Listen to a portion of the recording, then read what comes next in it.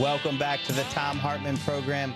I'm Alex Lawson, filling in for Thom, and I'm joined in studio by my favorite economist, Dean Baker, the co-director of the Center for Economic and Policy Research. Dean, thanks for joining us. Thanks for having me on. So, Dean, you just published a new book, I think, yesterday? Yesterday, yeah, it came out. Rigged, How Globalization and the Rules of the Modern Economy Were Structured to Make the Rich Richer. Yeah, the whole story of the book is to argue, against the common view that somehow it just turned out that, the rich have gotten rich and a lot of people have been screwed. The point is that we've actually rigged the economy to bring you and I have rigged it, but the rules have been rigged. And there is nothing inevitable about globalization. There's nothing inevitable about technology that meant that the rich had to get richer and that most people ended up seeing stagnant or even declining incomes over the last 4 decades. That's the basic story. Which shorthand that I stole from you a long time ago and I use all the time. I think I've probably said it, if they were counting in the control room, probably about 57 times in the last 2 days, which is the upward redistribution of wealth, that the policies that all of this, what is rigged, is a system that is an upward redistribution of wealth, and there's so many examples of it. But Walmart is a good one, where they're paying these wages that are so low, and at the same time they're telling people how to access benefits, public assistance, and so that means that the taxpayers are subsidizing the profits of, I think, 7 of the richest people in the history of the world. That's like just one example of this upward redistribution of wealth. Yeah, and as I say, many of these things quite deliberately designed by policy. So globalization, I don't know how many times I hear the story that, it's just the case that, our factory workers, they're competing with people in China who are willing to work for, $1 an hour. And that's just, unfortunate, but, they're going to lose their jobs. They can't get paid $20 an hour here if you're competing for someone $1 an hour. They go, okay, well, that's fine, except the reason they are competing with those people is we designed our trade agreements that way. We could have designed trade agreements that put our doctors, our lawyers, our dentists in competition. We didn't. One of the amazing things, I raise this with trade economists, say, look at me, blank-faced. You cannot practice medicine in the United States unless you compete at a residency program in the United States. You go, you want to tell me that's the only way a person could be a competent doctor? Germany can't train competent doctors. Canada can't. That's absurd. Right. But that's protectionism. Our doctors get protectionism. As a result of that, their average pay is more than $250,000 a year. Instead, for our manufacturing workers, auto workers, textile workers, we're quite deliberately trying to put them in competition with the lowest paid workers in the world. And the predicted and actual result of that is loses jobs, pushes down their wages. Which, it's kind of obvious on the when you see things like the TPP that they make it secret, right? Shouldn't that be just the largest tell of them all, that it's literally illegal for the people to know what is in these trade deals? And we're just supposed to be like, wait, but it's good for us, right? And they're like, yeah, it's definitely good for you. Yeah, no, the TPP, if you tell people about that, they think you're a crazy conspiracy theorist. But they had these working groups. I think there were 25 of them. The vast majority of people on the working groups were industry representatives. Yeah. So you had people from the pharmaceutical industry, from the telecommunications industry, from the financial industry. These people were sitting at the table saying, here's what we want in a trade deal. Everything's secret, so you and I certainly couldn't see it. In fact, for the most part, even members of Congress couldn't see it. They eventually gave in and let them go in, couldn't take notes, couldn't bring in aides, but they could see it. That was the only thing that they would agree to.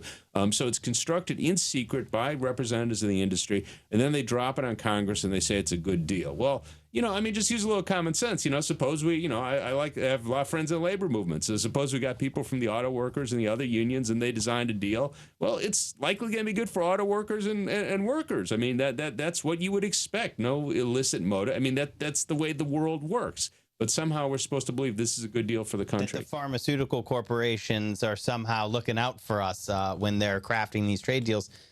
As we've spent a lot of time this show actually talking about high drug prices, astronomically high drug prices, which, again, I think is something that you touch on in the book, but you've also done a lot of research on, and that it is naturally this way is the big lie, right? That the big lie of these corporations is that, no, this is the way it has to be. In order to get the innovation, you have to not be able to afford the drugs that you need. Yeah, exactly. And this is a major area I talk about in the book. I mean, the point to understand here is drugs are almost invariably cheap. And I say it to people, and again, they look at me like I'm loon to, and you go, no, they're cheap to produce. I understand you have to pay for the research and development, but they're cheap to produce with very few exceptions. And the favorite one I like to talk about, Sovaldi, the hepatitis C drug, great innovation. The list price here is $84,000. You can get the generic version. This is a high-quality drug. This isn't, black market stuff. Same drug, $200. Because, I mean, I know me and you vociferously agree on this stuff, but it's because what at the root it is it's a picture of a molecule, right? And once you have that molecule, as long as the inputs, which are generally very cheap, as long as you have access to them, then anybody can produce this molecule. But we, by design, don't allow that to happen. Exactly. I mean, this is the whole point of patent protection. We're giving a monopoly. And, again, this is one of these things that's amazing to me. I talk about protection and patent protection and go, that's protectionism. And then people start flapping their arms and go, well, we need that. I go, we could argue whether or not we need it, but it is protectionism. That's indisputable. And then the point I make is there are other ways to finance research. And again, people look at me, we spend over $30 billion a year financing basic research at the National Institutes of Health. And everyone agrees that's money very well spent. So my argument is, well, let's spend more money and pay for developing the drugs. That doesn't have to go through NIH. In fact, for that matter, I don't even care if it goes to Pfizer. But the point is that once it's developed, everything's in the public domain. They're going to be sold like glass, like cups of coffee. There no patents. And we'll all pay $200 for our Sovaldi. Which makes a lot more sense, and in fact is a great way that there's the word delinkage is sometimes used to get away from the idea that high prices are the only way to fund innovation and invention. In point of fact, they don't. They fund yachts for pharmaceutical executives. But the idea that there's whole other systems that make a ton of sense that we can use that would actually make sure that we got new drugs, not just, the same drugs created by 5 different companies to cut into each other's market share. And that, in fact, there was some innovation on drugs where there's not a high profit margin, but there is an enormous public good.